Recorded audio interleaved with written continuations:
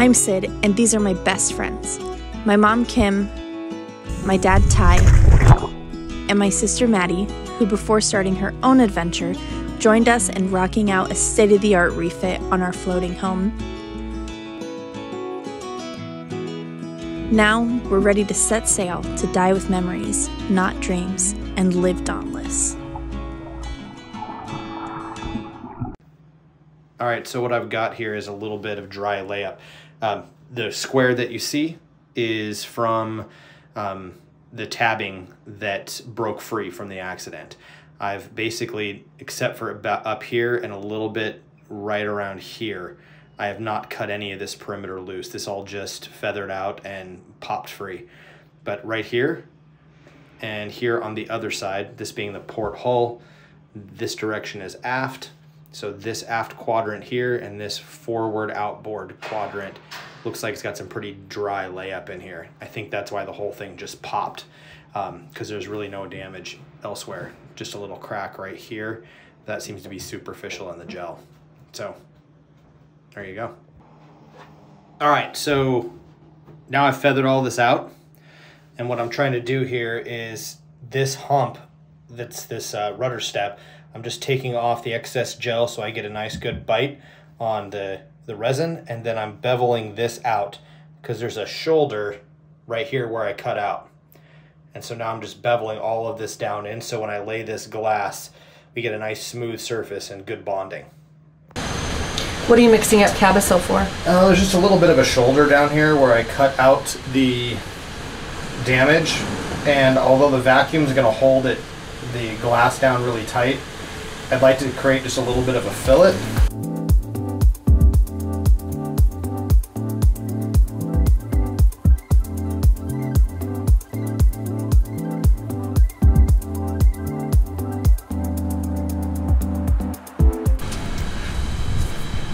All right, so I have all 3 layers down and I've got the peel ply on. Looks good. So now we'll get our release film.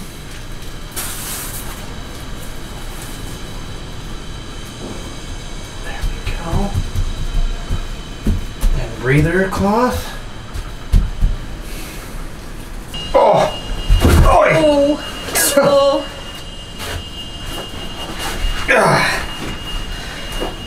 Boats, fixing things in exotic and uncomfortable places. All right. Now, our bag.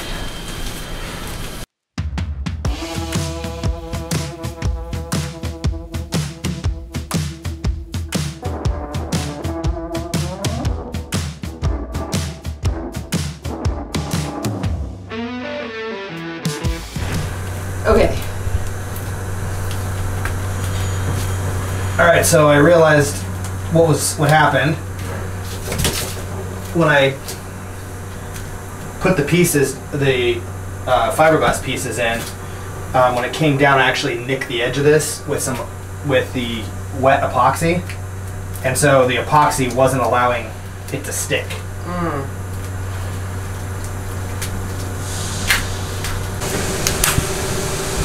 right, coming back after lunch. Let's see what this looks like.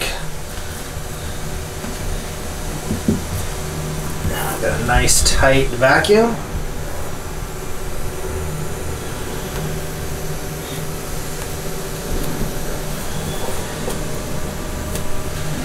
Yeah, looking good. All right, so I'm in the port engine compartment right now, and this is where we did the major vacuum down repair for the damage from the rudder posts. And all that was good and fine and dandy, and I was sounding the outside of where the rudder was, and that repair was solid. However, I started moving a little farther out and noticed some abrasion marks on the bottom of the boat where the anti-fouling was. And it seemed that's where the rudder had been dragging back and forth across the stern of the boat during the accident.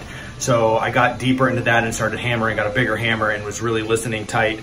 And I could hear some slight delamination. So what I did was I came up on the inside because that seemed to be what was going on in here. The outside skin was good, and when it was solid glass, it was just the inside laminates that were damaged. Same case here. At the inside laminate was a little damaged, and then we actually got some damaged core, which I was able to cut out. I'm going to show you that here in just a second. But we went way bigger. I went way bigger than what I think is necessary, but I want to make sure that we get a nice solid tie-in and a nice bond, and really just support the area as best as possible. So this is what it's going to look like right here. So you notice we've got this core piece that we're going to, I'm going to lay in with this taper. I've actually already mocked it up over here and put tape on it so I can just lay it all in. Then the way this repair is going to work is I'm going to mix up some thickened epoxy with Cabosil and do a light skim coat over all of the core, plus bed the replacement core in a deep set. And as that thickened epoxy comes up through the surface, I can skim it over the top. And then what I'm going to do is just lay an entire layer of this big 72-ounce glass over top of everything, so we get a nice sturdy back layer. Once that's done, we're going to be able to hose this beast down into here, get our new replacement foam in for our sound deadening, and then it's ready for engines and, well, zip ties to clean everything up. So progress, progress, progress. While waiting for the port rudder repair to cure, we move on to finishing the starboard hull.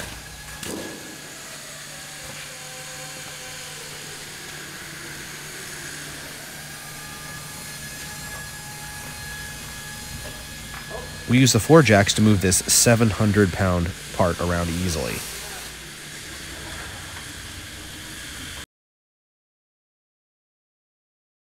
Even though it may look done, we still have quite a bit of work to do. If you've seen our previous episodes, this is the stage that we ran out of resin and time in the shed. To complete the part, we need to finish the tabbing on the step keel, that's inside and out, add our keel sump tray, and prep the mating surfaces so it can go into the boat. We have decided to start with the bottom side first, so we called the yard for an assist. With their overhead crane, we flipped the part. We have done this several times, and with practice, we have it down to about 3 minutes.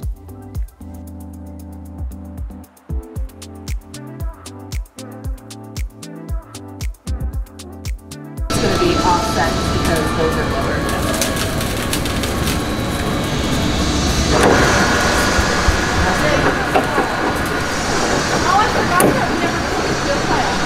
Yeah, we have to pull the peel ply and add more to it. We had to stop and get everything all put away. There is something so satisfying about removing peel ply and seeing that even textured surface. And of course the joy in knowing that we don't have to grind every single square inch of our work to move on to the next step.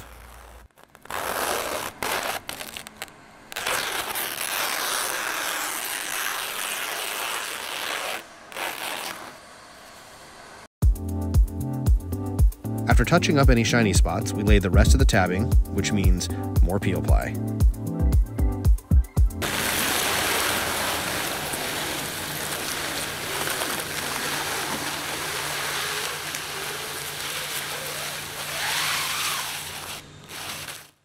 Who is that? This is Caleb. He came to help us with some filming while we were all hands on deck, and he loves to pull peel ply.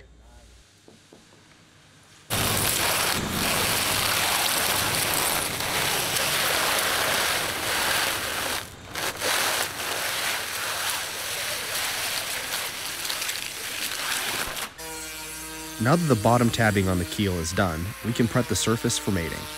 Sid is using our 5-inch Rotex with some 40 grit to touch up behind me after I ground the initial taper with the paint shaver.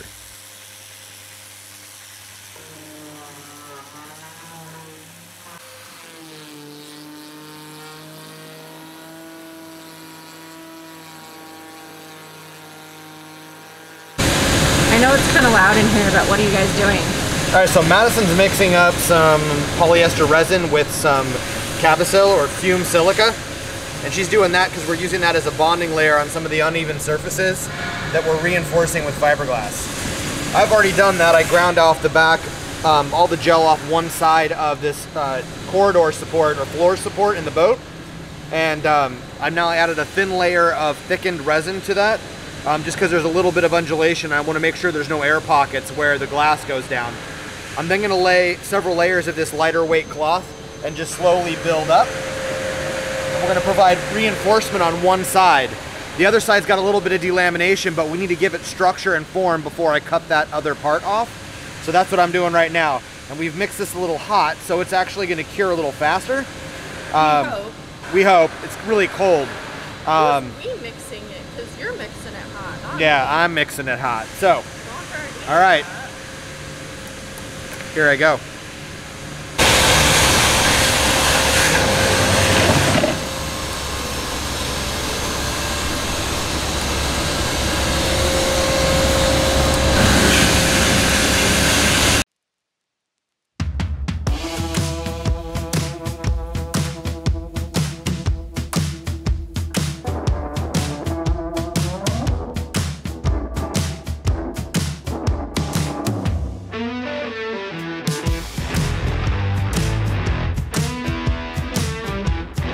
With the tabbing complete on the outer keel and some fairing to smooth out the surface, it's time to turn the hull over for the last time. Seeing the part at this stage, so close to being done, is very exciting. If you think so too, please subscribe and leave a comment. We'd also like to thank our patrons. You guys make these videos possible, and we can't thank you enough. You're the best. For the inside keel tabbing, we need to prep the surface, wet out the last few pieces, and roll out the air bubbles. Of course, with supervision. What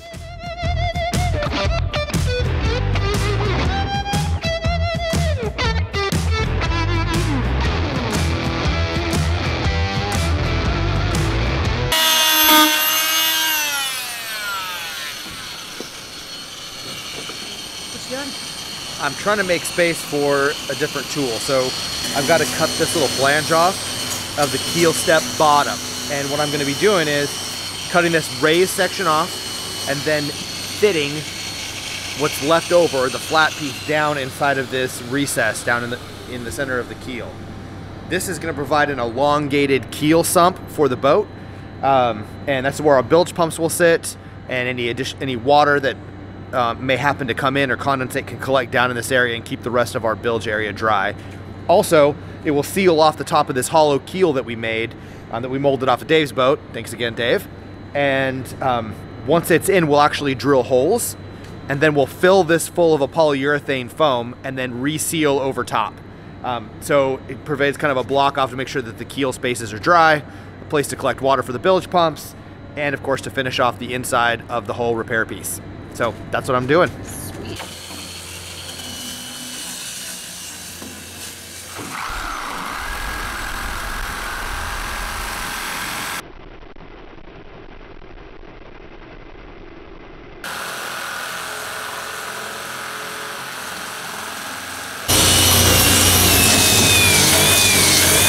So it's kind of loud in here with all of the sanding, but I thought that I would take a quick minute and do a bragging mom moment.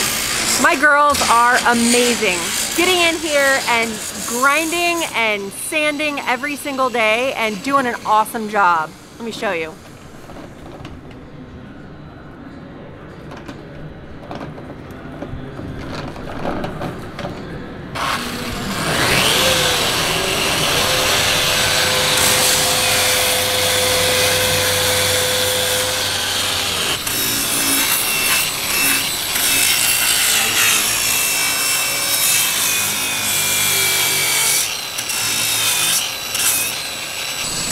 Total top-notch crew, and I'm so gonna brag on them. They are doing a great job. Not really go.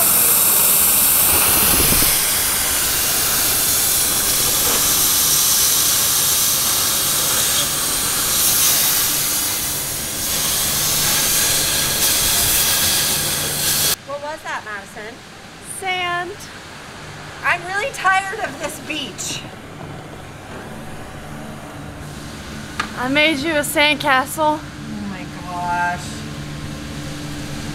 All right, keep blowing it out. We don't want to deal with it later. I think I'm almost done with this part. Oh my God. All of this on the floor over here is sand as well.